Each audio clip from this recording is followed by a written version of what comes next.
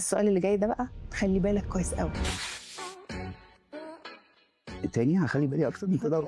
ما دليلك لاقناع المراه العميله لما تكون عندك في طيب البراكتس؟ الست او الكلاينت الست انا بعتبرها من اصعب انواع الكلاينت، او مش الاصعب بمعنى الاصعب، هي سيمبل ايز، هي السهل الممتنع. لو اقتنعت بيك تماما انت ممكن تعمل اي حاجه في الانتيريور هي هترضى بيها، ايفن لو انت عملت المكان كله بلاك. ازاي بقى تقنعها؟ ازاي؟ اولا انك تبلد تراست معاها، ان هي تبقى واثقه كويس جدا من الكواليتي بتاعتك ومن الديتيلز. والاسهل ولو انه اصعب في نفس الوقت ان انت تبقى جاي لها من طرف حد من اصحابها، او وورد اوف ماوث زي ما بيقولوا، او من تجربه قبل كده. بلس كمان ان الست ككلاينت بيبقى في نوع من الكومبيتيشن ما بينها وما بين اصحابها ومعارفها and so on.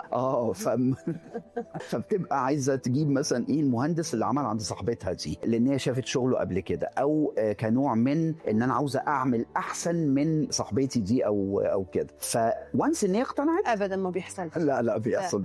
بيحصل يا اميره، انت عارفه كده كويس.